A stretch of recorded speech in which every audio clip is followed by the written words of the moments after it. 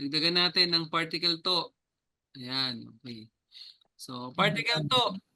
Ito na. Si particle to, pwedeng hayop, pwedeng hindi hayop. Pwedeng person, pwedeng animal, no? So, ito naman yung pattern ulit. STWVPV. Siyempre, mauuna ang sinong kasama mo bago yung vehicle.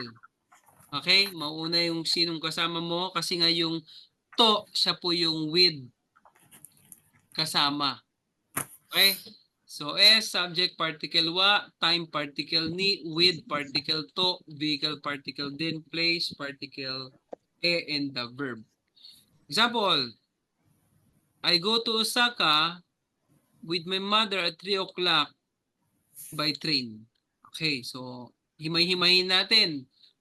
Topic, ako. Anong ilalagay? Particle wa. Time, 3 o'clock.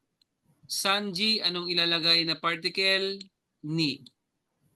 Sunod, with, kasama. Si mother ang kasama. Haha, ilalagay ko particle to. Sunod, vehicle, yung train. Densa, lagay ko si particle de. Then last, si place, yung Osaka. Osaka ikimasu. Okay. Nagets niyo po ba, Minna? May pattern naman, no? Okay. Example ulit. Sir Bon. Watashi wa kuji ni tomodachi to kuruma de supahe ikimashita. Wow, galing naman, di ba? Ay, supa ay ano ba? Supa Supa Ayan, okay.